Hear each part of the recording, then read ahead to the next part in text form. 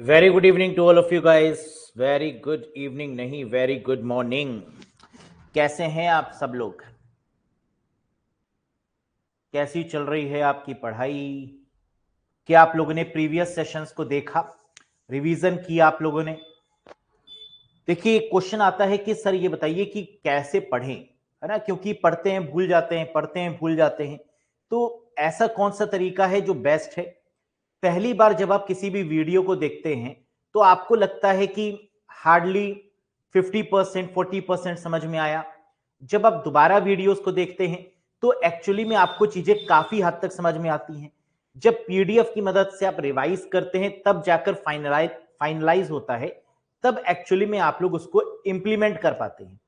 तो इसका मतलब कि एक बार आप वीडियोस देखिए अच्छे से, दूसरी बार, तीसरी बार, चौथी बार, मल्टीपल टाइम्स आप पीडीएफ की मदद से उसको रिवाइज करिए। तभी ये एश्योरेंस होगा कि जो आपने पढ़ा वो एग्जामिनेशन में आपको याद रहे। आज के सेशन की हम लोग शुरुआत करेंगे और बात करेंगे एमएस एक्सेल पर। बहुत ही इंपॉर्टेंट टॉपिक है ना? आप जानते हैं कि एमएस ऑफिस में MS Word, Excel, PowerPoint, ये सब चीजें पूछी जाती हैं। Very good. शुभम, आप पहले वाले सेशन को देखना, इंट्रोडक्शन में हमने सब चीजें बताई हैं। जैसे ही आप उस वाले सेशन को देखोगे, जितने भी आपके डाउट्स हैं वो दूर हो जाएंगे, है ना? तो first of all watch the very first lecture MS Excel. हम लोग इसके प्रैक्टिकल को भी देखेंगे, हम लोग ये भी देखेंगे कि एक्सेल किस तरीके से काम करता है। बहुत सारे क्वेश्चंस एग्जाम में पूछे जाते हैं। एक्सेल शीट है क्या और क्यों इतनी फेमस है? किसी भी ऑर्गेनाइजेशन की अगर हम बात करें, एमएस एक्सेल को लेकर अगर हम किसी भी ऑर्गेनाइजेशन को लेकर बात करें कि क्या हर एक ऑर्गेनाइजेशन में एमएस एक्सेल का यूज होता है, आंसर है यस। प्राइवेट हो या पब्लिक, डेली वर्किंग हो, रिकॉर्ड्स मेंटेन करने हो, रोज एंड कॉलम्स के फॉर्म में काम करना हो, एमएस एक्सेल सबसे ज्यादा पॉपुलर प्लेटफॉर्म है। दुनिया में बहुत सारे सॉफ्टवेयर्स बन चुके हैं ऑलरेडी, लेकिन फिर भी ऐसा कोई सॉफ्टवेयर नहीं बना जो एक्सेल को रिप्लेस कर पाए।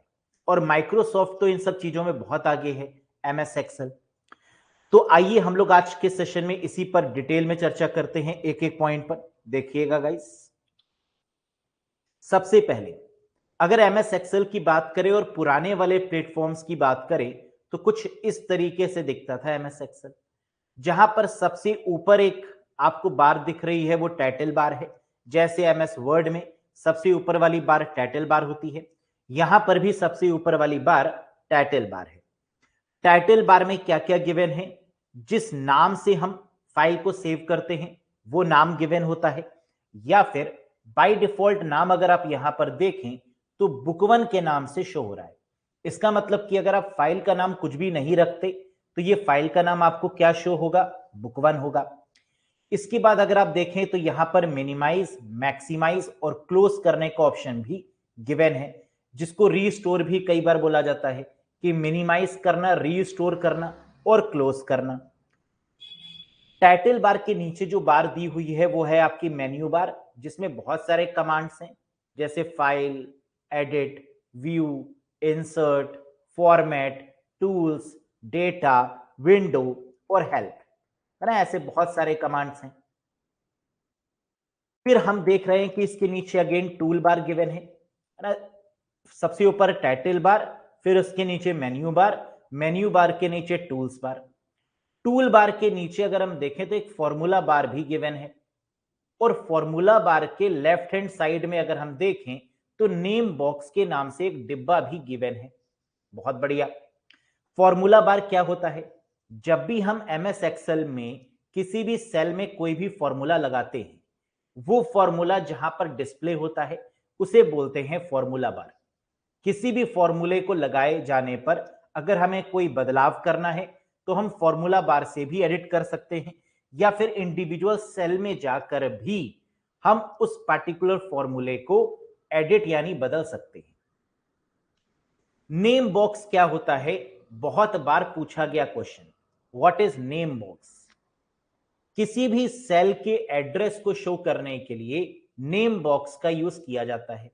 फिर से सुनिए, किसी भी सेल के एड्रेस को रिप्रेजेंट करने के लिए नेम बॉक्स का इस्तेमाल करते हैं।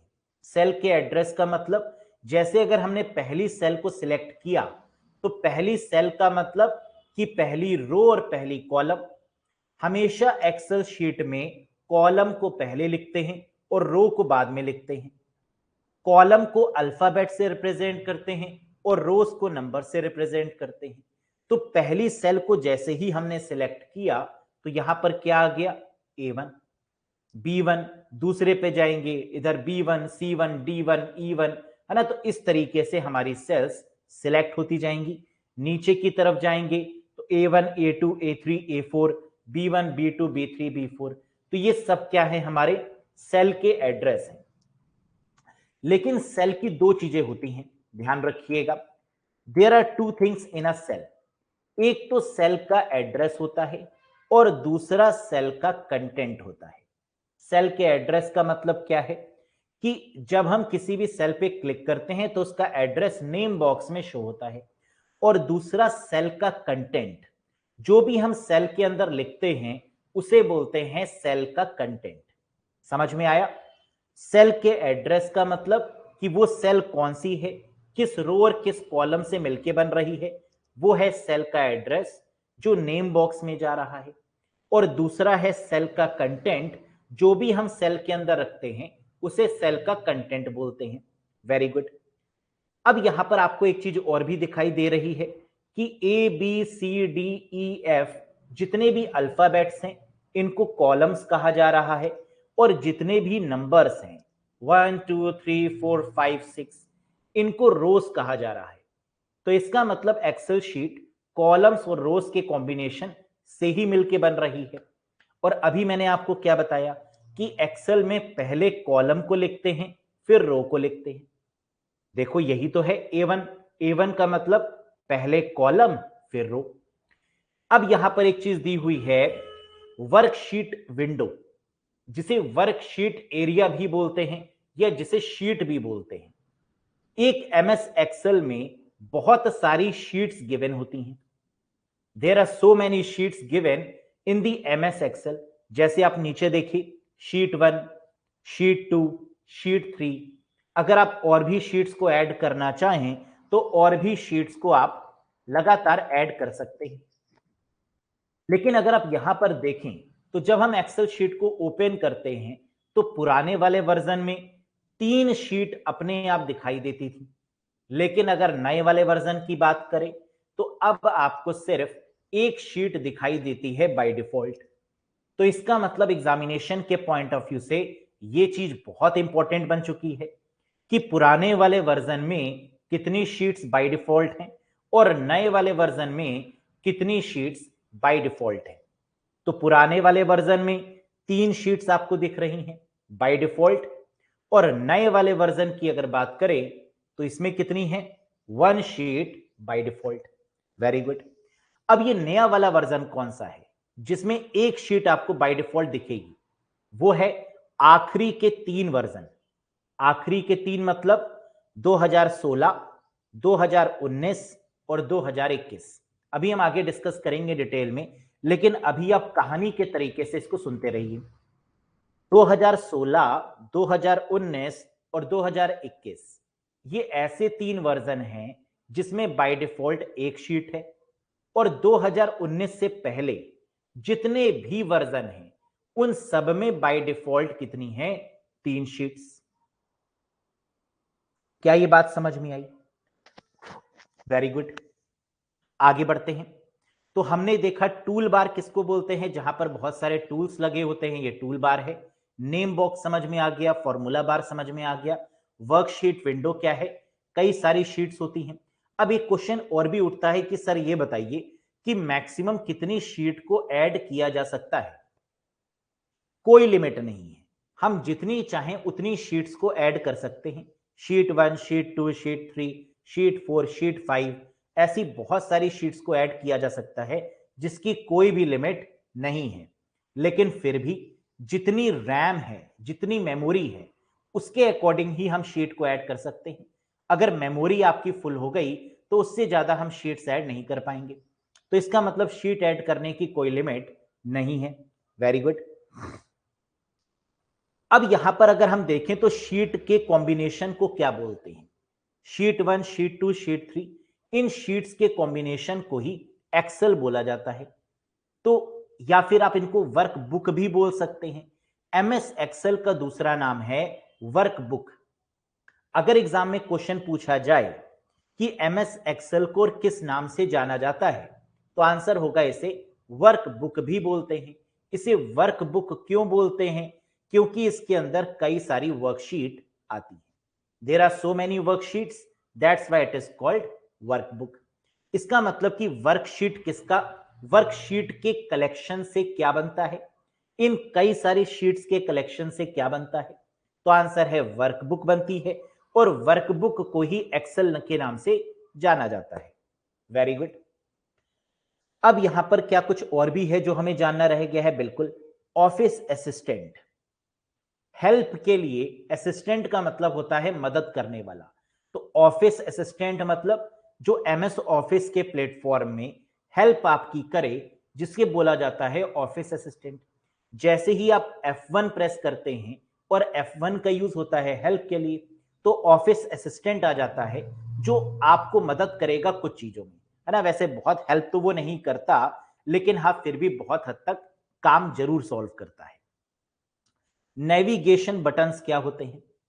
एक्सेल शीट में नेविगेशन बटन का मतलब जिसके थ्रू आप शीट 1 से शीट 2 पर जा सकते हैं, शीट 2 से शीट 3 पर जा सकते हैं, शीट 3 से नेक्स्ट वाली शीट पर जा सकते हैं। इसे बोलते हैं नेविगेशन बटन, जिस पर आप आगे पीछे शीट को कर सकते हैं। ठीक है, तो ये तो विंडो हमारी समझ में आ चुकी है। आगे बढ़ते हैं एक नई विंडो की तरफ, इसको भी देख लेते हैं। क्या इस वाली विंडो और पुरानी वाली विंडो में कोई डिफरेंस है? थोड़ा सा है, लेकिन लगभग चीजें आपकी सेम है। एक नई चीज ऐड हो चुकी है नए वाले वर्जन्स में, वो क्या है? Quick access tool bar. MS Word, Excel और पावर पॉइंट, इन सभी में आपको क्विक एक्सेस टूल बार दिखाई दे रहा है। ये जो क्विक एक्सेस टूल बार है, ये कहां पर होता है? तो आंसर है ये टाइटल बार में होता है। टाइटल बार के किस तरफ होता है? तो आंसर है टाइटल बार के लेफ्ट हैंड साइड पर होता है। और इसमें बहुत सारे ऑप्शंस दिए रहते हैं, जैसे सेव करना है, हमें अंडू करना है, रीडू करना है ना। ऐसे बहुत सारे, या रिबन्स को चेंज करना है, तो ऐसे बहुत सारे ऑप्शंस यहां पर विजिबल होंगे। ठीक है, फाइल नाम का एक टैब दिया हुआ है, सबसे ऊपर टाइटल बार है। टाइटल बार में बाय डिफॉल्ट बुक 1 नाम से गिवन है, क्योंकि अगर नाम नहीं देते तो बुक 1 होता है। रिबन वाला एरिया क्या होता है? टाइटल बार को छोड़कर मेन्यू बार और इसके नीचे वाला टूल बार को अगर हम मिला ले, तो ये एरिया हमारा रिबन कहलाता है। ठीक है, हेल्प का एक ऑप्शन दिया हुआ है राइट हैंड साइड में। कॉलम्स को और रोज को यहां पर डिफरेंट डिफरेंट तरीके से, जैसे कि हमने यहां पर बताया भी था, रोज मतलब 1 2 3 4 5 6, और कॉलम्स मतलब ABCDEFGH, तो वही तरीका यहां भी है। वर्कशीट एरिया है, और नीचे वाला जो बार है वो स्टेटस बार है। हम लोग जानते हैं स्टेटस बार उसको बोलते हैं जहां पर जूम इन कंट्रोल्स के ऑप्शन दिए हुए हैं, जूम इन और जूम आउट के ऑप्शंस दिए हुए हैं, ये जूम कंट्रोल्स हो गया। व्यू बटन हमें 3 तरीके के नीचे मिल रहे हैं। व्यू बटन्स क्या होते हैं, इसके बारे में हमने आपको एमएस वर्ड में भी बताया हुआ है, यहां पर भी एक्सप्लेन करेंगे। ये वर्कशीट एरिया है, कॉलम्स हो गए, रोज हो गए, हेल्प हो गया, सब कुछ हो गया लगभग लगभग। आगे बढ़ते हैं।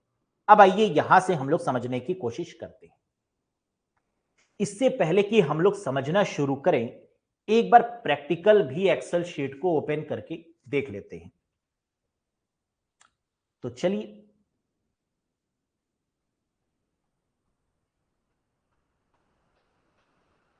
यस, एक्सेल शीट को ओपन करने का एक कमांड भी होता है।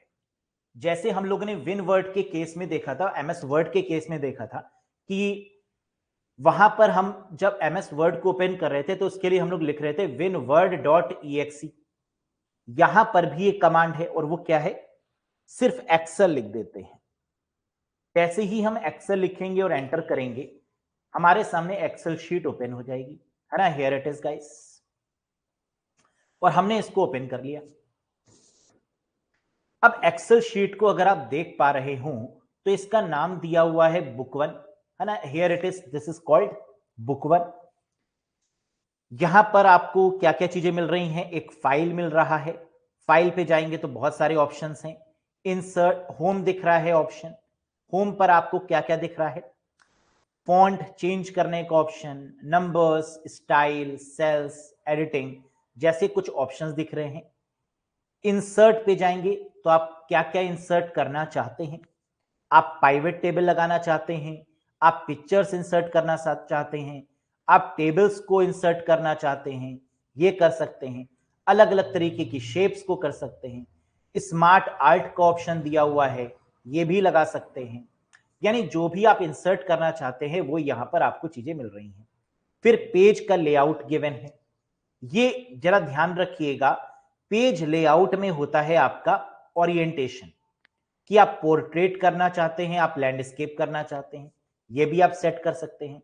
और बाय डिफॉल्ट आप देखें तो पोर्ट्रेट है, जैसे एमएस वर्ड में बाय डिफॉल्ट पोर्ट्रेट, वैसे यहां पर भी बाय डिफॉल्ट पोर्ट्रेट।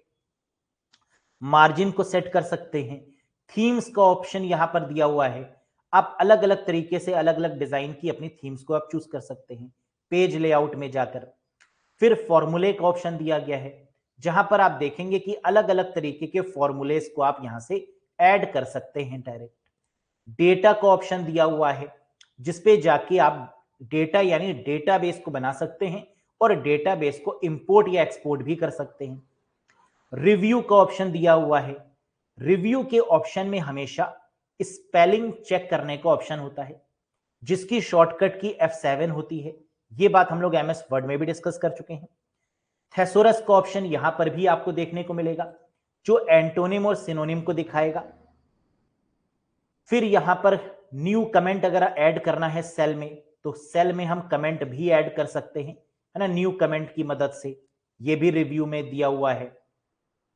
रिव्यू में एक और इंपॉर्टेंट बात दी हुई है, और वो है प्रोटेक्ट दी शीट। हम इस वर्कशीट में पासवर्ड लगा सकते हैं, या इस पूरी वर्कबुक में भी पासवर्ड लगा सकते हैं। तो इसको प्रोटेक्ट करने का तरीका भी यहां पर गिवन है। व्यू के अंदर अगर हम जाते हैं तो हमें यहां पर नंबर ऑफ व्यूज मिल जाते हैं, जैसे normal view, page break preview, page layout, custom view and so on. Freeze pane का ऑप्शन मिल जाता है, जहां पर हम किसी भी रोज और कॉलम्स को फ्रीज कर सकते हैं। व्यू के अंदर हमेशा हमें मैक्रोज मिलता है, एमएस वर्ड में भी इसके बारे में चर्चा हुई थी कि मैक्रोज हमें कहां देखने को मिलेगा, व्यू के अंदर। और फिर यहां पर दिया गया एक हेल्प का ऑप्शन, है ना, लास्ट में। तो कुछ कुछ बातें हमें समझ में आ रही हैं। ये दिया हुआ है क्विक एक्सेस टूल बार, ऊपर की तरफ अगर आपको दिख रहा हो तो this is your quick access tool bar. और यहां पर आप देखिए कस्टमाइज का ऑप्शन दिया हुआ है, न्यू फाइल आप बना सकते हैं, ओपन कर सकते हैं, सेव कर सकते हैं। ईमेल का ऑप्शन यहां पर आपको मिलेगा, क्विक प्रिंट कर सकते हैं इसके थ्रू, प्रिंट प्रीव्यू कर सकते हैं इसके थ्रू, स्पेलिंग का ऑप्शन भी मिल रहा है, अंडू और रीडू जैसे ऑप्शन भी मिल रहे हैं। और लास्ट में मोर कमांड्स, यानी काफी सारे कमांड्स आप और भी ऐड कर सकते हैं, किसमें, कस्टमाइज करके या क्विक एक्सेस टूलबार के थ्रू। और लास्ट में मिल रहा है शो बिलो दी रिबन, कि अगर आप चाहते हैं कि ये रिबन के नीचे कुछ इस तरीके से शो हो तो ये भी आप यहां पर कर सकते हैं, है ना। देखिए आप इसकी पोजीशन चेंज हो गई। तो ये अलग अलग तरीके के आपके क्या हैं, क्विक एक्सेस टूलबार हैं, ये भी हमने देख लिया। तो काफी सारी चीजें हमें यहां पर समझ में आ चुकी हैं। इसको हम बंद कर देते हैं, सेव नहीं करते, और वापस आते हैं अपने जहां डिस्कशन कर रहे थे। अब आइए चलिए एक बार देखते हैं। अब यहां पर एक एक करके पॉइंट को बहुत अच्छे से समझिएगा, और यहां से क्वेश्चन एग्जाम में जरूर बनेगा। फर्स्ट, स्प्रेडशीट का नाम बताइए। एमएस एक्सेल क्या है? रोज एंड कॉलम्स के फॉर्म में एक स्प्रेडशीट सॉफ्टवेयर है। स्प्रेडशीट का मतलब ही होता है जो रोज एंड कॉलम्स के फॉर्म में हो। क्या माइक्रोसॉफ्ट से पहले भी कुछ कंपनीज थी जिन्होंने ये स्प्रेडशीट पैकेज को लॉन्च किया? आंसर है यस। सबसे पुरानी या सबसे पहली स्प्रेडशीट जिसका नाम है विसी कैल्सी। एग्जाम में अगर पूछें कि सबसे ओल्डेस्ट वाली स्प्रेडशीट का नाम बताइए या सबसे पहली वाली स्प्रेडशीट का नाम बताइए, तो आंसर क्या होने वाला है? विसी कैल्सी होगा। माइक्रोसॉफ्ट के डिस्क ऑपरेटिंग सिस्टम पर जो स्प्रेडशीट चलती है इसका नाम है लोटस 123। एमएस डॉस के बेसिस पर अगर स्प्रेडशीट पूछें तो लोटस 123 होगा। सबसे पुरानी या सबसे पहली पूछें विसी कैल्सी होगा। माइक्रोसॉफ्ट की स्प्रेडशीट पूछें तो आंसर एमएस एक्सेल होगा। एप्पल कंपनी की पूछें तो नंबर्स होगा।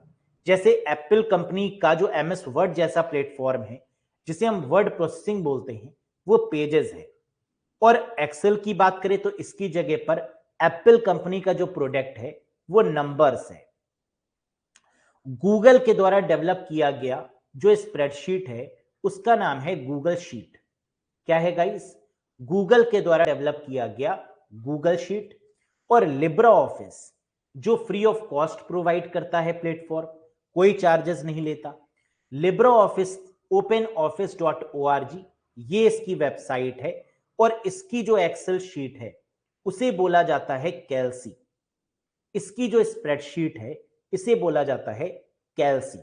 कैल्सी का मतलब कैलकुलेटर से बना हुआ है, और कई बार हम लोग कैलकुलेटर को शॉर्ट में कैल्सी भी बोल देते हैं, है ना? तो वही है। तो यहां से हमें क्या समझ में आया कि पहली स्प्रेडशीट विसी कैल्सी है, डॉस पर चलने वाली लोटस 123 है, माइक्रोसॉफ्ट की एमएस एक्सेल है, एप्पल के केस में नंबर्स है, गूगल के केस में गूगल शीट है, और लिब्रा ऑफिस के केस में कैल्सी है। Very good. कुछ शॉर्टकट कीज देख लेते हैं इसकी। To create a new workbook, अगर हमें नई वर्कबुक क्रिएट करनी है तो कंट्रोल प्लस एन की मदद से करेंगे। Very simple. कोई भी नई फाइल अगर हमें बनानी होती है तो कंट्रोल एन ही करते हैं। तो क्रिएट करने के लिए क्या वर्कबुक को कंट्रोल प्लस एन किया जाता है। कंट्रोल ओ की मदद से हम एग्जिस्टिंग वर्कबुक को ओपन करते हैं। जो भी हमारी वर्कबुक एग्जिस्टिंग है उसको ओपन करने के लिए कंट्रोल ओ की मदद से ओपन करेंगे। F12 की मदद से save as dialog box open होता है, हम जानते हैं, हमने फंक्शन की में भी पढ़ा था, और ये कहीं बदलने वाला नहीं है। MS Word, Excel, PowerPoint सब में ही कंट्रोल एन के थ्रू न्यू फाइल क्रिएट होगी, कंट्रोल ओ के थ्रू ओपन होगा, F12 के थ्रू क्या होगा? Save as dialog box open होगा। कंट्रोल डब्ल्यू की मदद से वर्कबुक को क्लोज किया जा सकता है। कंट्रोल डब्ल्यू जहां भी आएगा वहां पर या तो विंडो को क्लोज करने की बात हो रही होगी या फिर टैब को क्लोज करने की बात हो रही होगी। यानी डब्ल्यू का सीधे सीधे रिलेशन किससे है? क्लोज करने से। और जब भी हम कंट्रोल के साथ F4 करते हैं तो क्लोज दी एक्सेल विंडो, यानी हम विंडो को बंद कर पाएंगे। देखो डिफरेंस क्या है, अगर आप कंट्रोल डब्ल्यू करते हैं तो वर्कबुक बंद हो जाती है, और कंट्रोल F4 करते हैं तो एक्सेल की विंडो बंद हो जाती है। डिफरेंस क्या है? आइए एक बार करके दिखाते हैं। तो एक्सेल शीट हमने यहां बंद कर दी थी, दोबारा खोल लेते हैं। फिर हमने किया कंट्रोल डब्ल्यू। देखो कंट्रोल डब्ल्यू करने पर क्या हुआ, ये जो एक्सेल शीट आपकी ओपन है, एक्सेल शीट ओपन है, और ये वाली आपकी जो विंडो है ये बंद हो गई। अब हम करते हैं कंट्रोल F4 या ऑल्ट F4, अब ये पूरा सॉफ्टवेयर ही बंद हो जाएगा। तो यही तो कह रहा है यहां पर। कंट्रोल डब्ल्यू के केस में क्लोज अ वर्कबुक, उस वर्कबुक को ही बंद कर दिया, और कंट्रोल के साथ F4 या ऑल्ट के साथ F4 प्रेस करने पर क्लोज दी एक्सेल विंडो, पूरी पूरी विंडो बंद हो गई, है ना? तो यहां पर ऑल्ट के साथ F4 भी कर सकते हैं और कंट्रोल के साथ F4 भी कर सकते हैं। शिफ्ट के साथ F11 करने पर क्या होगा? इंसर्ट अ न्यू वर्कशीट, हम कई सारी वर्कशीट को ऐड कर सकते हैं शिफ्ट के साथ F11 करने पर। वेरी वेरी इंपॉर्टेंट क्वेश्चन जरूर आता है एग्जाम में कि नई वर्कशीट्स को ऐड करने के लिए कौन सी शॉर्टकट की का यूज होता है। तो आंसर है शिफ्ट प्लस F11। F11 की मदद से क्या होगा? Create a bar chart, bar chart हमारे सामने ओपन हो जाएगा F11 की मदद से। कंट्रोल प्लस टैब करेंगे तो क्या होगा? सपोज करिए हमने कई सारी वर्कबुक को ओपन किया हुआ है, कई सारी एक्सेल शीट को ओपन किया हुआ है, उनके बीच में स्विच करने के लिए कंट्रोल के साथ टैब प्रेस करते हैं, शिफ्ट प्लस F3। अभी हमने ऊपर आपको बताया था शिफ्ट प्लस F11 करने पर न्यू वर्कशीट ऐड हो जाती है, और शिफ्ट प्लस F3 करने पर इंसर्ट अ फंक्शन, कोई भी फंक्शन अगर हमें लगाना है, ऐड करने का, सब्ट्रैक्ट करने का, डिवाइड करने का, जो भी फंक्शन हमें यूज करना है वो हम यूज कर सकते हैं। फंक्शन इंसर्ट करने के लिए शिफ्ट के साथ F3 प्रेस करना होगा, ऑल्ट शिफ्ट और F1, ऑल्ट शिफ्ट और F1 और शिफ्ट प्लस F11, इन दोनों फंक्शन कीज, इन दोनों कीज का इस्तेमाल सेम है। इंसर्ट दी वर्कशीट, शिफ्ट के साथ F11 करेंगे to insert a new worksheet, alt shift और F1 करेंगे टू इंसर्ट अ वर्कशीट, यानी दोनों ही शॉर्टकट कीज का जो काम है वो क्या है? सिमिलर है, एक जैसा है। शिफ्ट के साथ स्पेस बार और कंट्रोल के साथ स्पेस बार, और कंट्रोल और शिफ्ट के साथ स्पेस बार। अगर हम पॉइंट नंबर 11 को देखें, 12 को देखें और 13 को देखें तो तीनों में एक सिमिलरिटी है। क्या? तीनों में स्पेस बार दिया हुआ है, लेकिन एक के केस में शिफ्ट के साथ है, दूसरे में कंट्रोल के साथ है, और तीसरे केस में कंट्रोल और शिफ्ट दोनों के साथ में स्पेस बार है। क्या है ये? सिलेक्ट द एंटायर रो, अगर हमें पूरी रो को सिलेक्ट करना है तो हम शिफ्ट के साथ स्पेस बार दबाएंगे, अगर हमें पूरी कॉलम को सिलेक्ट करना है तो कंट्रोल के साथ स्पेस बार दबाएंगे, और अगर हमें रोज और कॉलम्स दोनों को सिलेक्ट करना है, यानी पूरी वर्कशीट को ही सिलेक्ट करना है, तो कंट्रोल शिफ्ट और स्पेस बार, इन तीनों कीज को हमें दबाना होगा, तब जाकर पूरी वर्कशीट हमारी सिलेक्ट हो जाएगी। ये काम हम कंट्रोल ए की मदद से भी कर सकते हैं। अगर हम कंट्रोल ए करते हैं तो भी हमारी पूरी वर्कशीट सिलेक्ट हो जाती है, और यही काम कंट्रोल शिफ्ट और स्पेस बार की मदद से भी कर सकते हैं। तो हमने क्या सीखा कि रो को सिलेक्ट करने के लिए shift plus space bar, column को सिलेक्ट करने के लिए कंट्रोल प्लस स्पेस बार, और रोज और कॉलम्स दोनों को सिलेक्ट करने के लिए, मींस पूरी वर्कशीट को सिलेक्ट करने के लिए कंट्रोल शिफ्ट और स्पेस बार का यूज करेंगे। F2 का यूज किस लिए करते हैं? नॉर्मली हम लोगों ने MS वर्ड में यह देखा था कि F2 की मदद से किसी भी फाइल या फोल्डर को रीनेम किया जा सकता है। If we want to rename any file और अ फोल्डर, तब हम यूज कर रहे थे F2 का। लेकिन एक्सेल शीट में F2 का यूज करेंगे सेल को एडिट करने के लिए, सेल में जो भी कंटेंट होगा उसको बदलने के लिए, उसको चेंज करने के लिए, उसको मॉडिफाई करने के लिए क्या यूज करेंगे? F2 का। अब आप देखिए पॉइंट नंबर 15 और पॉइंट नंबर 16, इन दोनों पॉइंट्स में भी सिमिलरिटी है। कंट्रोल के साथ 9 और कंट्रोल के साथ 0, क्या डिफरेंस है?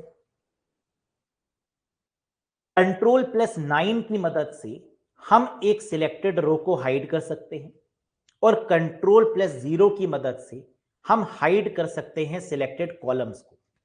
यानी रो को हाइड करने के लिए कंट्रोल प्लस 9 और कॉलम्स को हाइड करने के लिए कंट्रोल प्लस 0 का यूज करते हैं। इसको कैसे याद करें? ये दोनों ही क्वेश्चन बहुत इंपॉर्टेंट है, इनमें से एग्जाम में आता जरूर है कि रो को हाइड करने की शॉर्टकट की बताइए या कॉलम को हाइड करने की शॉर्टकट की। ऐसे याद करिए क्या कि रो, रो का मतलब कि जब भी कोई रोता है तो सामने वाला कहता है रो नहीं, नहीं का मतलब नो, नो का मतलब 9, यानी कंट्रोल प्लस 9। और कॉलम्स की अगर बात करें तो कॉलम में अगर आप देखिए कि सी जो बना हुआ है, इसको अगर हम थोड़ा सा और ऊपर की तरफ मिला दें तो ये 0 बन जाएगा, है ना। सी को अगर थोड़ा सा और घुमा दें ऊपर तो क्या बन जाएगा? 0 बन जाएगा। तो यानी कंट्रोल प्लस 0 की मदद से कॉलम को हाइड कर सकते हैं, और कंट्रोल प्लस 9 की मदद से रो को हाइड कर सकते हैं। बताइए, यहां तक कोई डाउट हो तो आप पूछिए।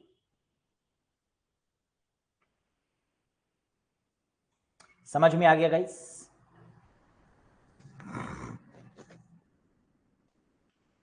कोई डाउट?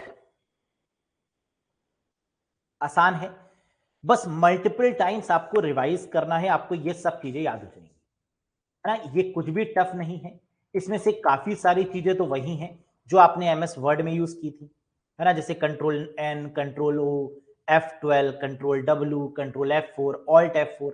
तो काफी सारी चीजें तो आपकी रिपीट हो रही हैं, कुछ चीजें नहीं है जो आपको यहां पर समझनी पड़ेंगी। कुछ चीजें ऐसी हैं जो फंक्शन की, जैसे F2, वहां पर रीनेम फाइल और फोल्डर है ना, यहां पर एडिटर सेल है। कुछ चीजें ऐसी जो माइन्यूट माइन्यूट सी चीजें हैं, बस ये याद रखिएगा। कंट्रोल 9 का यूज क्यों करते हैं, कंट्रोल 0 का यूज क्यों करते हैं, शिफ्ट के साथ स्पेस बार में क्या होगा, कंट्रोल के साथ स्पेस बार में क्या होगा, कंट्रोल शिफ्ट और स्पेस बार में क्या डिफरेंस है ना, इनमें बस आपको सिमिलरिटी देखनी है। नेक्स्ट, कंट्रोल प्लस एंड और कंट्रोल प्लस होम। एंड का मतलब होता है अंत और होम का मतलब होता है बिगिनिंग। एक्सेल शीट के शुरुआत में पहुंचने के लिए कंट्रोल प्लस होम दबा देते हैं, एक्सेल शीट के आखिरी में जाने के लिए कंट्रोल प्लस एंड दबा देते हैं। तो एंड की मदद से move to the last cell on worksheet, यानी वर्कशीट के आखिरी सेल तक पहुंचने के लिए control plus end move to the beginning of the worksheet, starting में पहुंचने के लिए कंट्रोल प्लस होम का इस्तेमाल करेंगे। क्लियर है? करंट टाइम और करंट डेट। अब पॉइंट नंबर 19 और 20 को एक साथ देखिए। 19 में क्या कह रहा है कि अगर एक्सेल शीट में आपको आज की टाइमिंग इंसर्ट करनी है, या फिर एक्सेल शीट में आपको आज की नहीं बल्कि अभी की, है ना, करंट का मतलब अभी की डेट और अभी की टाइमिंग, ये इंसर्ट करनी है, तो कैसे करेंगे? टाइम के केस में कंट्रोल शिफ्ट सेमीकोलन, और डेट के केस में कंट्रोल के साथ में सेमीकोलन। इसका मतलब टाइम अगर आपको एग्जाम में मिलेगा तो कंट्रोल भी होगा, शिफ्ट भी होगा, सेमीकोलन भी होगा, और डेट के केस में कंट्रोल के साथ में सिर्फ सेमीकोलन होगा। नेक्स्ट, एक्सेल में कॉलम्स को किससे रिप्रेजेंट करते हैं और एक्सेल में रोज को किससे रिप्रेजेंट करते हैं? एक्सेल में कॉलम्स को अल्फाबेट से रिप्रेजेंट करते हैं और रोज को नंबर से रिप्रेजेंट करते हैं, ये आप जानते हैं। कॉलम्स को अल्फाबेट और रोज को नंबर्स। किसी भी सेल में हम पहले किसको लिखते हैं, रोज को या नंबर्स को, यानी कॉलम्स को या फिर रोज को? तो आप जानते हैं कि सबसे पहले सर हम अल्फाबेट को लिखते हैं, फिर नंबर्स को लिखते हैं। इसका मतलब कि पहले कॉलम को लिखा जाता है, फिर रो को लिखा जाता है, जैसे A1, A2, B1, B2, C1, C2। ठीक, ये बात समझ में आई? नेक्स्ट, एक्सेल शीट में वो जगह जहां पर रो और कॉलम आपस में आकर मिलती है उसे क्या बोलते हैं? Row and column meet is called cell बोलते हैं। एक्सेल शीट की सबसे छोटी यूनिट क्या है? सेल है। एमएस एक्सेल में वो जगह जहां पर रोज और कॉलम्स आकर मिलते हैं उसे भी क्या बोलते हैं गाइस? सेल बोलते हैं। Collection of worksheet is called, अगर कई सारी वर्कशीट मिल जाए, जैसे शीट 1, शीट 2, शीट 3, शीट 4, इन सबके कलेक्शन को क्या बोलेंगे? वर्कबुक बोलेंगे। क्या वर्कबुक को एक्सेल भी बोल सकते हैं? बिल्कुल बोल सकते हैं, क्योंकि वर्कबुक का दूसरा नाम क्या है? एमएस एक्सेल ही है। तो collection of worksheet is called workbook. Excel file is equal to workbook, लिख भी दिया हमने कि एमएस एक्सेल की फाइल को ही वर्कबुक के नाम से जाना जाता है। फॉर्मूला जहां पर डिस्प्ले होता है उस जगह को क्या बोलते हैं? Name that place where formula is displayed. तो एक्सेल शीट में जहां पर फॉर्मूला दिखता है वो है फॉर्मूला बार। सेल के एड्रेस को क्या बोलते हैं, या पहले सेल के एड्रेस को किससे रिप्रेजेंट करते हैं? A1 से। अभी हमने आपको दिखाया था कि फर्स्ट सेल का एड्रेस क्या होगा? A1, जहां A का मतलब कॉलम है, 1 का मतलब रो है, तो कॉलम पहले रो बाद में, तो A1 is the right one. Address of a cell, जो सेल का एड्रेस होता है वो कहां पर दिखाई देता है? तो आंसर है फॉर्मूला बार के लेफ्ट हैंड साइड पर दिखाई देता है, और फॉर्मूला बार के लेफ्ट हैंड साइड को बोलते हैं नेम बॉक्स। क्लियर है? नेक्स्ट, कितनी रोज होती हैं और कितनी कॉलम्स होती हैं? पुराने वाले वर्जन की बात करें 2003 की तो कुछ सिनेरियो अलग है, नए वाले वर्जन की बात करें तो सिनेरियो अलग है। पुराने वाले केस में रोज कितनी होती थी? 65,536 रोज, 65,536 रोज, और पुराने वाले कॉलम्स में 256 कॉलम्स। नए वाले केस में, नए वाले का मतलब 2007, 2010, 2013, 2016, 2019, 2021, इन सभी वर्जन में रोज कितनी है? 10,48,576। कॉलम्स कितने हैं? 16,384। तो ये हमें रोज और कॉलम्स पता चल गए पुराने वाले के केस में और नए वाले के केस में, है ना? बहुत इंपॉर्टेंट है, यहां से भी एक क्वेश्चन जरूर आता है। फॉर्मूले या फंक्शन की शुरुआत किससे होती है? एक्सेल शीट में जब भी हम या तो फॉर्मूला लिखेंगे या तो फंक्शन लिखेंगे, इन दोनों की शुरुआत इक्वल्स टू के साइन से होती है, जैसे equals to A plus B, equals to A minus B, है ना? तो यानी या तो हमें सब्ट्रैक्शन करना है या मल्टीप्लीकेशन करना है या डिवीजन करना है, कुछ भी, हम हमेशा शुरुआत किससे करेंगे? इक्वल्स टू साइन से करेंगे। तो फॉर्मूला या function starts with equals to. Next, extension क्या होता है एमएस एक्सेल का? तो पुराने वाले केस में डॉट एक्सएलएस होगा और नए वाले केस में डॉट एक्सएलएस एक्स होगा। तो जितने भी नए वाले हैं उनमें एक्स ऐड होगा, जैसे एमएस वर्ड के केस में डॉट डीओसी और डॉट डीओसी एक्स, वैसे ही एक्सेल के केस में डॉट एक्सएलएस या एक्सएलएस एक्स। अब 35 और 36 वेरी वेरी तगड़े क्वेश्चन, है ना? बहुत ही बेहतरीन क्वेश्चन। हमने आपको बताया था कि अगर एग्जाम में ये क्वेश्चन आपसे पूछा जाए कि कितनी डिफॉल्ट वर्कशीट होती है और कोई भी वर्जन मेंशन ना हो, कोई भी वर्जन, है ना, ये ना लिखा हो कि पुराने वाले के अकॉर्डिंग या नए वाले के अकॉर्डिंग, तो आंसर होगा 3 वर्कशीट्स। वहां आप समझ जाइएगा कि पुराने वाले के अकॉर्डिंग आंसर लगाएंगे और आंसर हो जाएगा 3।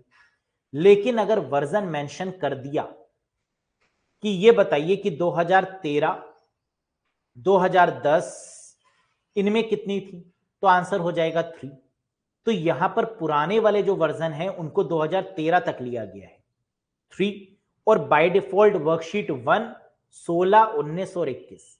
तो आखिरी के 3 वर्जन में बाय डिफॉल्ट 1 वर्कशीट है और इसके पहले जितनी भी थी उसमें बाय डिफॉल्ट 3 वर्कशीट्स हैं, है ना? इस पॉइंट को जरूर याद रखिएगा, ये पॉइंट बहुत ही इंपॉर्टेंट है। समझ में आ गया guys? Is that clear to everyone? Very good. अब इसके बाद आगे बढ़ते हैं और देखते हैं चार्ट। अभी हम लोगों ने एक चीज समझी कि एक्सेल शीट में चार्ट को इंसर्ट करने की जो फंक्शन की है, which function key is used in MS Excel to insert a chart, तो आंसर हमने बताया F11। F11 की मदद से हम चार्ट को डिस्प्ले कर सकते हैं। तो चार्ट वाली जो स्क्रीन होती है उसको क्या बोलते हैं? चार्ट विजर्ड बोलते हैं, जिसमें आपके बहुत सारे चार्ट्स आते हैं, जैसे bar chart, line chart, pie chart, इस तरीके के बहुत सारे चार्ट्स होते हैं और इस चार्ट वाली विंडो को चार्ट विजर्ड के नाम से जानते हैं। ठीक है? Row data in column and column data in row. अगर हम रोज के डेटा को कॉलम में भेज दें और कॉलम्स के डेटा को रोज में भेज दें, तो इस केस में इसको क्या बोला जाता है? This is called transpose. Transpose का मतलब कि rows data in column and columns data in row, यानी स्वैपिंग कर ली, अदला बदली कर ली आपस में, है ना? That is called transpose.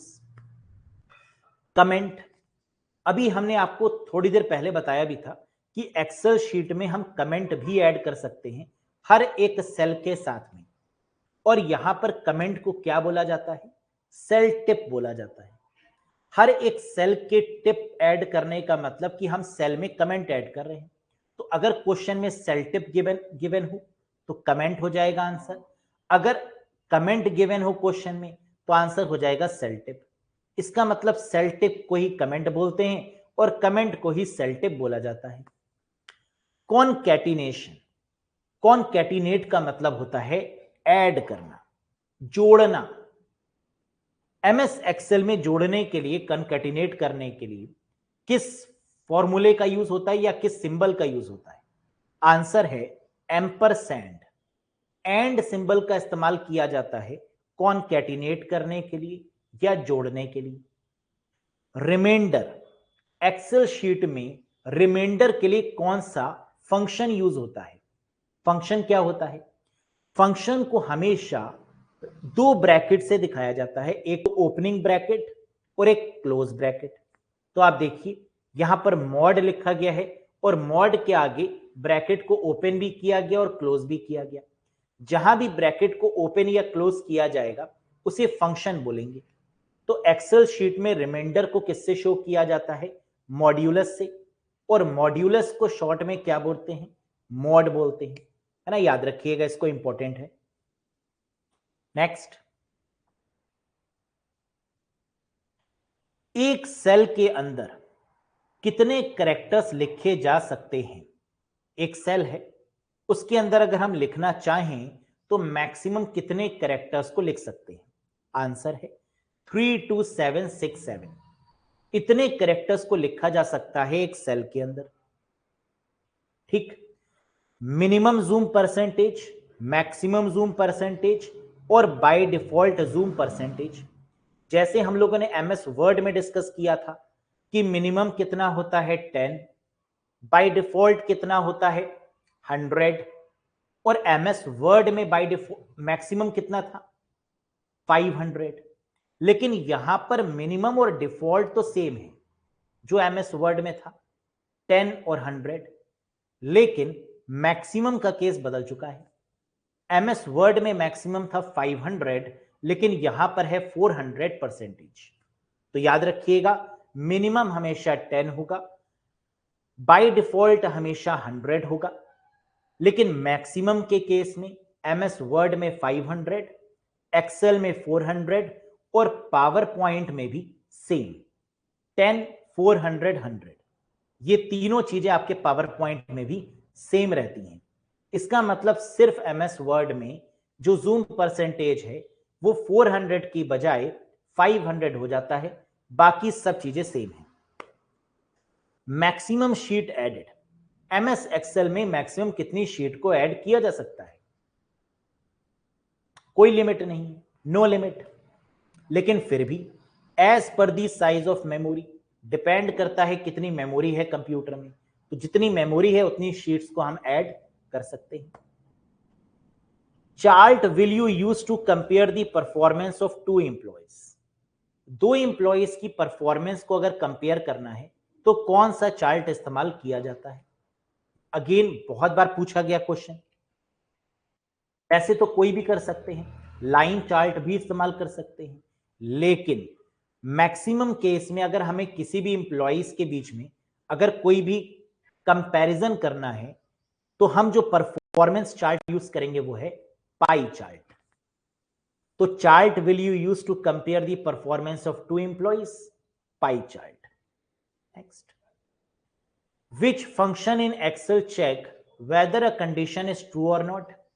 Excel sheet में ऐसा कौन सा फंक्शन है जो ये बताता है कि ये जो कंडीशन है वो ट्रू है या फॉल्स है? इफ का यूज करके हमें ये पता चलता है कि ये ट्रू है या फॉल्स है। What type of chart is used for showing trend और चेंजेस ओवर टाइम? कह रहा है अगर हमें ट्रेंड शो करना है कि पिछले 10 सालों में ये रहा और आज के समय में ये रहा, अगर हमें 10 सालों का कंपैरिजन शो करना है कि पिछले 10 सालों में एक एम्प्लॉय की परफॉर्मेंस कैसी रही, तो एक एम्प्लॉय की बात हो रही है ना, कंपैरिजन तो नहीं किया जा रहा है, तो हम लाइन चार्ट का यूज करेंगे, शोइंग द ट्रेंड और चेंजेस ओवर टाइम, है ना, वी यूज लाइन चार्ट।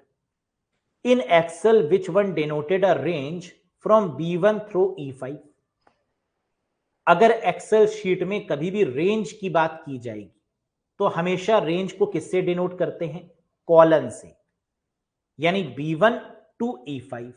तो रेंज को किससे डिनोट करते हैं? B1 कॉलन E5, यानी कॉलन का इस्तेमाल करते हैं रेंज को डिनोट करने के लिए।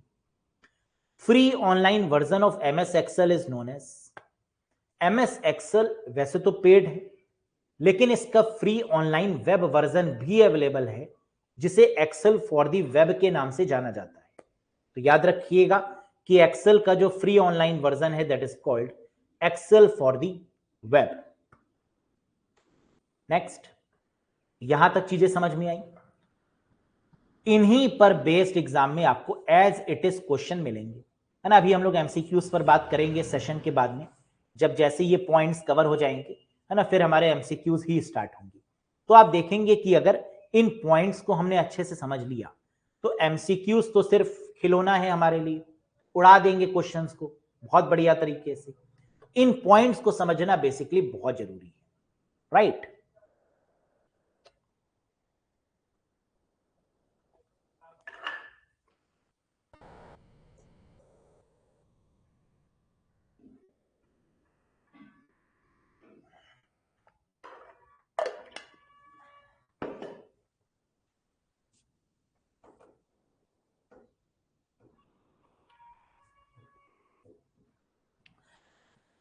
तो पॉइंट नंबर 53 वाला तो हमने समझ लिया है कि एक्सेल शीट का जो लाइट वेट वर्जन है ना, देखो एक ही बात है।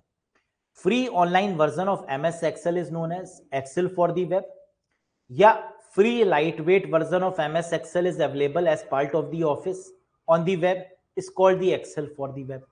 तो यहां पर भी फ्री वर्जन की बात हो रही है एक्सेल की, और यहां पर भी फ्री लाइट वेट का मतलब हल्का फुल्का वर्जन MS एक्सेल का कौन सा है?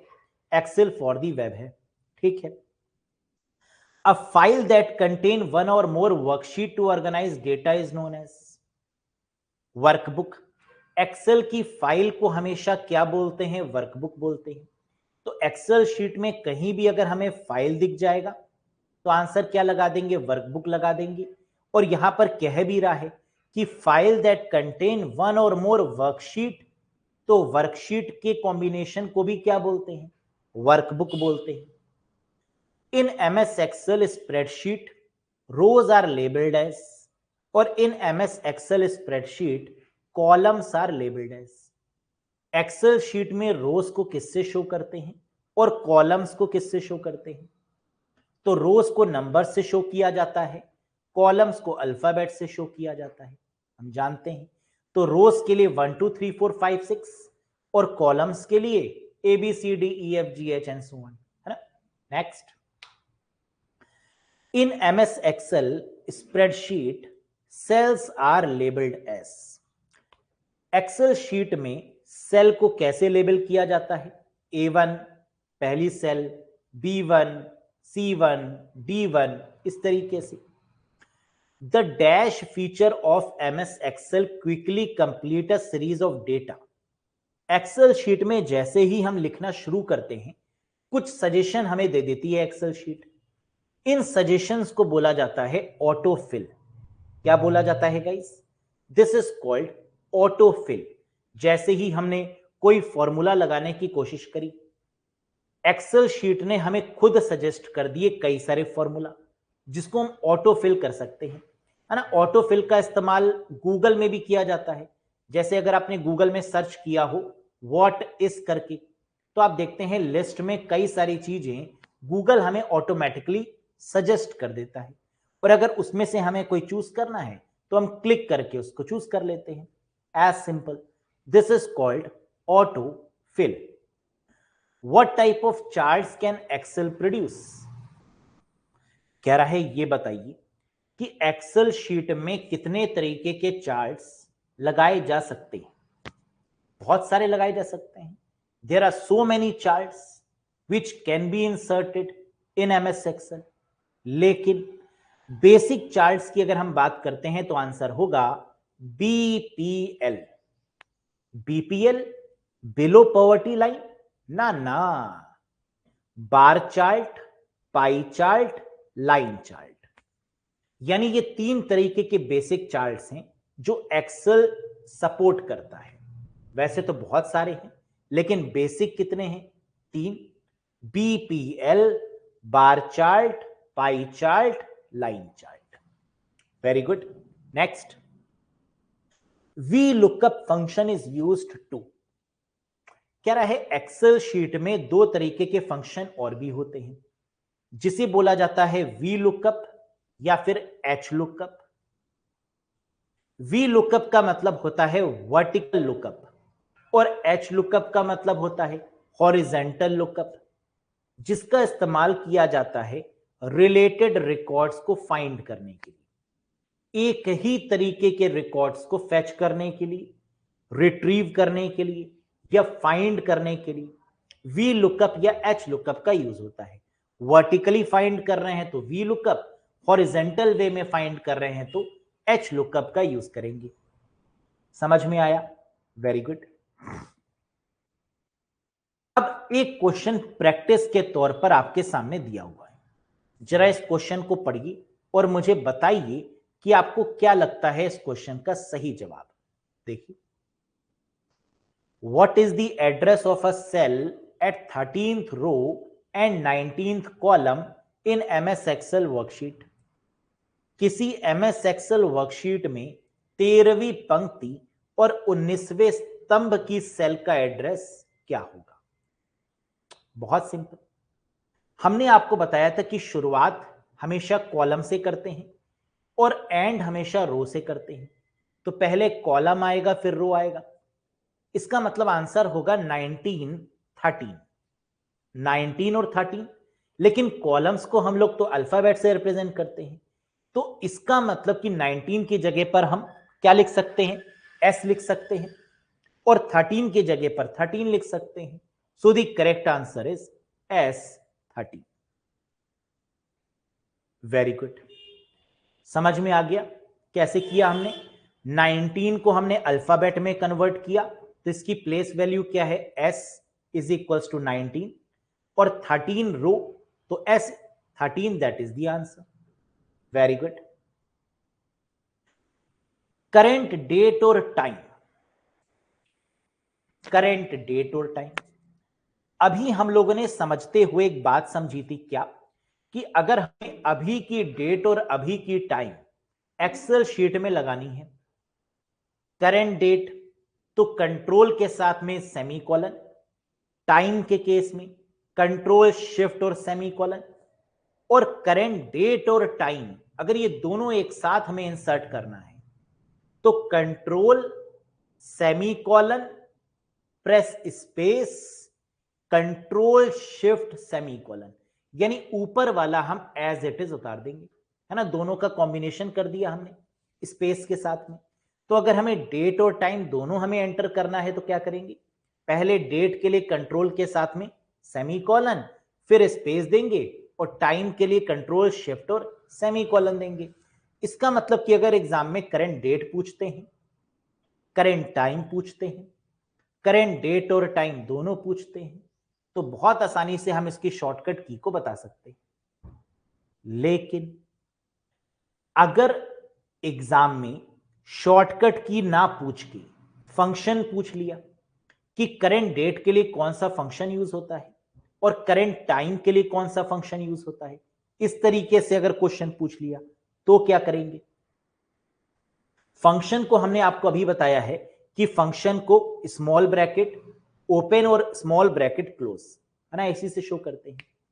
तो करंट डेट के लिए टुडे फंक्शन और डेट और टाइम के लिए नाउ फंक्शन का यूज करते हैं। इससे भी हमें करंट डेट पता चल जाएगी और करंट डेट और टाइम पता चल जाएगा। लेकिन अगर हमें करंट टाइम पता करना है तो कैसे करेंगे? सोचिए और बताइए, use your common sense. Suppose करिए कि एग्जाम में क्वेश्चन आता है कि एक्सेल शीट में करंट टाइम को पता लगाने का कौन सी फंक्शन की है, तो आंसर क्या होगा? कुछ लोग कहेंगे अरे सर ने तो बताया ही नहीं, सर ने तो डेट और टाइम वाला बताया था। अरे अगर डेट के साथ चिपक कर टाइम भी आ रहा है तो बात तो एक ही है ना। ऑफर चल रहा है कि नाउ फंक्शन के साथ में डेट के साथ टाइम भी पता चल रहा है, आपको दोनों पता चल रहे हैं। सिर्फ डेट पता करनी है तो टुडे का यूज होगा, सिर्फ टाइम नहीं पता हो सकता, टाइम के साथ में डेट भी पता होगी, और वो है नाउ फंक्शन का यूज करके। ठीक, तो करेंट डेट और time now function, current date today function. Current date control plus semicolon, control time, control shift semicolon, control date और time, control semicolon space, control shift semicolon. ठीक, ये difference समझ में आ रहे हैं आपको? बस यहीं पर कैंडिडेट कंफ्यूज होता है, बस यहीं पर। इन्हीं चीजों को आपको मजबूत कर लेना है, क्योंकि एग्जाम में यही क्वेश्चंस आपको देखने को ज्यादा मिलेंगे। नेक्स्ट, रिबन क्या होता है? अभी मैंने आपको बताया था थोड़ी देर पहले कि रिबन वाला एरिया कौन सा होता है? जनरली ये वो एरिया होता है जो टाइटल बार के नीचे वाला होता है ना। हम लोग इसको टाइटल बार को कभी कभी स्किप कर देते हैं, लेकिन कभी कभी ले भी लेते हैं। लेकिन हम अगर बिल्कुल सही बात करें तो टाइटल बार को छोड़कर मेन्यू बार और टूल बार का जो एरिया होगा उसे बोलेंगे रिबन। रिबन को भी हाइड किया जा सकता है और रिबन को भी शो किया जा सकता है। तो रिबन को हाइड और शो करने की जो शॉर्टकट की है वो है कंट्रोल प्लस F1। क्या है गाइस? कंट्रोल प्लस F1 की मदद से हम रिबन को हाइड भी कर सकते हैं और शो भी कर सकते हैं। Next, data format in Excel. अगर हमें एक्सेल में कई तरीके के डेटा होते हैं, डेटा का मतलब नंबर हो सकता है, डेटा है, करेंसी हो सकती है, डेट हो सकती है, परसेंटेज हो सकता है, टेक्स्ट फॉर्मेट हो सकता है, ये सब डेटा कहलाता है। तो एक्सेल शीट में डेटा फॉर्मेट के लिए जो शॉर्टकट की है वो है कंट्रोल शिफ्ट और F। सिर्फ इतना याद रखिएगा कि data format in Excel is control shift और F। नेक्स्ट, काउंट फंक्शन, एक ऐसा फंक्शन जो अक्सर एग्जाम में पूछा जाता है। ये तो हो गया रिबन, कंट्रोल F1, ये हो गया data format, control shift F। अब आ गया count related function. Excel sheet में पहला क्वेश्चन, कितने काउंट रिलेटेड फंक्शन होते हैं? आंसर है 4। इसी पर हमें करना है डिटेल में विचार कि ऐसे कौन से फंक्शन हैं एक्सेल शीट में जो काउंट में करते हैं मदद। पहला काउंट, दूसरा काउंटे जिसे काउंट ऑल भी बोलते हैं, तीसरा काउंट ब्लैंक, और चौथा काउंट इफ या काउंट इफ एस। काउंट का मतलब जो सिर्फ और सिर्फ नंबर्स को ही काउंट करेगा। Count function will only count the numbers, nothing else. Count A will count all the cells, cell में कुछ भी लिखा होगा काउंट ए काउंट कर देगा, चाहे वो नंबर लिखा हो, चाहे सिंबल लिखा हो, चाहे कोई अल्फाबेट हो, कुछ भी काउंट कर देगा काउंट ए। लेकिन वो एम्प्टी सेल को काउंट नहीं करेगा। सेल खाली नहीं होनी चाहिए, उसमें कुछ ना कुछ लिखा होना चाहिए, तो काउंटे के द्वारा उसे काउंट कर दिया जाएगा। तो सर फिर ब्लैंक सेल को किससे काउंट करेंगे? काउंट ब्लैंक फंक्शन से। तो count blank will count the only blank cells, only empty string, only खाली सेल, है ना, that is count blank. Count if की मदद या काउंट इफ एस की मदद से क्या होगा? अगर हमें कुछ ऐसा काउंट करना है जिसमें कोई कंडीशन लगी हुई है कि इस कंडीशन को सेटिस्फाई करते हुए ये चीज काउंट करके बताइए, तो इसके लिए हम लोग किसका यूज करेंगे? या तो काउंट इफ का यूज करेंगे या काउंट इफ एस का यूज करेंगे। तो हमें इस कहानी से क्या शिक्षा मिलती है? सर हमें यह बात समझ में आती है कि काउंट के 4 तरीके के फंक्शन होते हैं। पहला काउंट जो सिर्फ नंबर्स को काउंट करता है, काउंट ए जो सभी को काउंट कर देता है लेकिन एम्प्टी स्ट्रिंग को नहीं, काउंट ब्लैंक जो सिर्फ और सिर्फ खाली सेल को ही काउंट करता है, ब्लैंक सेल को, काउंट इफ और काउंट इफ एस जो सर्टेन क्राइटेरिया को मैच करते हुए या किसी कंडीशन को फुलफिल करते हुए काम करता है, वो है काउंट फंक्शन। फिर आता है हमारा फ्रीज। फ्रीज मतलब जैसे फ्रीजर, हमारे रेफ्रिजरेटर में एक फ्रीजर होती है। फ्रीजर मतलब जो फ्रीज कर देती है पानी को या किसी भी चीज को, जो भी मेल्ट हो रहा होता है उसको फ्रीज कर देती है, यानी रोक देती है, यानी उसको सॉलिड बना देती है। एमएस एक्सेल में फ्रीज पेन का मतलब क्या है? जो किसी भी रो या कॉलम को लॉक कर दे। तो freeze pane are used to lock any row और कॉलम। और ये फ्रीज पेन का ऑप्शन मिलता कहां पर है? व्यू में मिलता है ना। तो पहली बात हमें क्या याद रखनी है कि फ्रीज का मतलब होता है to lock any row and column, number one. दूसरा, ये हमें व्यू में मिलता है। तीसरा, जैसे ही हम फ्रीज पेन पे क्लिक करते हैं, तीन ऑप्शन आते हैं। पहला फ्रीज पेन, दूसरा फ्रीज टॉप रो, और तीसरा फ्रीज फर्स्ट कॉलम। तो हम क्या क्या फ्रीज कर सकते हैं? फ्रीज पेन की मदद से कोई भी कस्टमाइज रो और कॉलम को फ्रीज कर सकते हैं। फ्रीज टॉप रो की मदद से ऊपर वाली रो को फ्रीज कर सकते हैं, और फ्रीज फर्स्ट कॉलम की मदद से पहले वाली कॉलम को फ्रीज कर सकते हैं। इससे क्या होगा कि जब भी हम एक्सेल शीट में ऊपर नीचे जाएंगे, ऊपर नीचे का मतलब या तो हम हॉरिजेंटली या वर्टिकली मूव करेंगे एक्सेल शीट में, तो हमारी जो शीट्स हैं, यानी जो हमारी रोज और कॉलम्स हैं, ये मूव ना करके ये फिक्स रहेंगी। तो रोज और कॉलम्स को फिक्स करने के लिए या रोज और कॉलम्स को लॉक करने के लिए हम किसका यूज करते हैं? फ्रीज पेन का। तो freeze panes are used to lock any row और column. The locked row or column will be visible on the screen even after we scroll the sheet vertically or horizontally. अगर हम अपनी screen को vertically या horizontally scroll करेंगे तो भी वो हमारी रोज और कॉलम्स दिखेंगी। इसी के लिए फ्रीज पेन का यूज करते हैं। वाह वाह, क्या बात है। कितनी रोज और कितने कॉलम्स होते हैं ये हम लोगों ने अभी डिस्कस कर ही लिया कि एक्सेल शीट में पुराने वाले वर्जन्स में 65,536 रोज, 256 कॉलम, 256 कॉलम्स।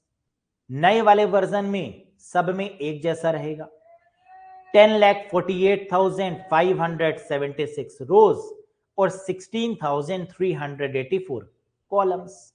कोई बदलाव नहीं। Which are the two macro languages in MS Excel? कह रहा है भाई साहब ये बताइए कि एक्सेल शीट में भी हम मैक्रोस का इस्तेमाल कर सकते हैं। बिल्कुल कर सकते हैं। और मैक्रोस का इस्तेमाल करके हम करते क्या है? किसी भी की स्ट्रोक्स को रिकॉर्ड कर लेते हैं। व्यू टैब के अंदर मिलता है ना। हम जानते हैं मैक्रोस कहां मिलता है? व्यू टैब के अंदर। लेकिन यहां पर कह रहा है कि एक्सेल शीट में मैक्रोस को बनाने के लिए दो लैंग्वेजेस का इस्तेमाल हुआ है। हम लोगों ने अभी तक यह पढ़ा था कि मैक्रोस के लिए एक प्रोग्रामिंग लैंग्वेज का यूज होता है जो कि है विजुअल बेसिक, या जिसे विजुअल बेसिक फॉर एप्लीकेशंस भी बोलते हैं। लेकिन पहले के समय में एक्सएलएम का यूज होता था और आजकल वीबीए का यूज होता है। तो पुरानी वाली जो लैंग्वेज है वो है आपकी एक्सएलएम, जिसकी फुल फॉर्म है एक्सेल मैक्रो, और नई वाली जो लैंग्वेज है that is VB, Visual Basic for Applications. तो earlier version of Excel used XLM. पुराने वाले वर्जन्स में एक्सेलएम की मदद से मैक्रोस को बनाया जाता था। लेकिन नए वाले वर्जन्स में VBA was introduced in Excel latest versions and mostly used nowadays। और आजकल जिसका यूज हो रहा है वो क्या है? VBA। तो यहां से हमें यह समझ में आया कि अगर एग्जाम में ये क्वेश्चन पूछते हैं कि मैक्रो लैंग्वेज को बनाने के लिए या मैक्रोस को बनाने के लिए कौन सी लैंग्वेज का यूज होता है, तो हमें एक्सेल में दो याद रखने हैं। पहले वाले के केस में एक्सेलएम और नए वाले के केस में VBA, visual Basic for applications. जितने भी कॉन्सेप्ट थे वो हम लोग पढ़ चुके। बस यही है आपकी एक्सेल शीट। तो हमें यहां पर बहुत सारी चीजें पता चली कि रोज क्या हैं, कॉलम्स क्या हैं, नेम बॉक्स क्या होता है, फॉर्मूले कौन कौन से होते हैं, कितनी रोज हैं, कितनी कॉलम्स हैं, कितनी शीट ऐड कर सकते हैं, कलेक्शन ऑफ वर्कशीट को क्या बोलते हैं, वर्कबुक का मतलब क्या होता है, बाय डिफॉल्ट नाम क्या होता है, बुक 1, है ना। ऐसी बहुत सारी चीजें हम लोगों ने सीखी। कमेंट क्या होता है, सेल टिप क्या होता है। इतना पढ़ लेने के बाद में क्वेश्चंस तो सिर्फ फॉर्मेलिटी है ना। अब हम लोग कल के सेशन में एक एक करके सारे क्वेश्चंस को डिस्कस करेंगे और एक्सेल शीट को खत्म कर देंगे। कई सारी नई बातें हमें क्वेश्चन से भी सीखने को मिलती हैं। तो अभी हम लोगों ने उन पॉइंट्स पर तो चर्चा कर ली जो कि बहुत इंपॉर्टेंट थे, लेकिन अभी भी कुछ पॉइंट्स ऐसे रिमेनिंग हैं जिनको हम क्वेश्चंस की मदद से और बेहतर तरीके से समझेंगे। ठीक, तो that's all for today guys. Thank you very much, bye bye and take care. Revision जारी रखिएगा, भले ही दिन में 1 से 1.5 घंटे कंप्यूटर को दें, लेकिन जितना भी टाइम दे सॉलिड दें, हर चीजों को अच्छे से समझिए, क्योंकि कंप्यूटर जितनी जल्दी समझ में आती है ना, स्किप भी उतनी जल्दी होती है। तभी बार बार हम फोकस करते हैं कि एक बारी में आपको कुछ कुछ चीजें समझ में आएंगी, दोबारा रिवाइज करेंगे तो बहुत कुछ समझ में आएगा। That's all guys, thank you very much, bye bye and take.